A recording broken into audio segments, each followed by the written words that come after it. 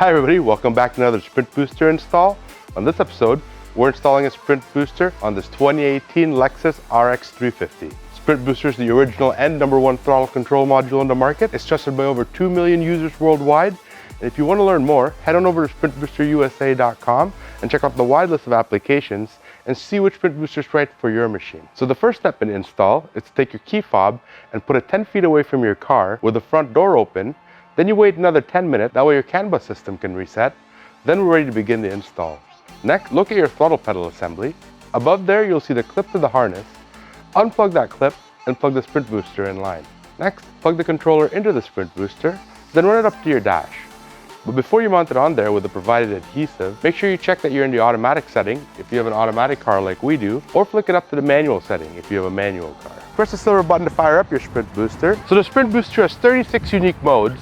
It's got 9 modes in race mode, another 9 modes in sport mode, and along with that, you also get valet mode and pedal lock mode.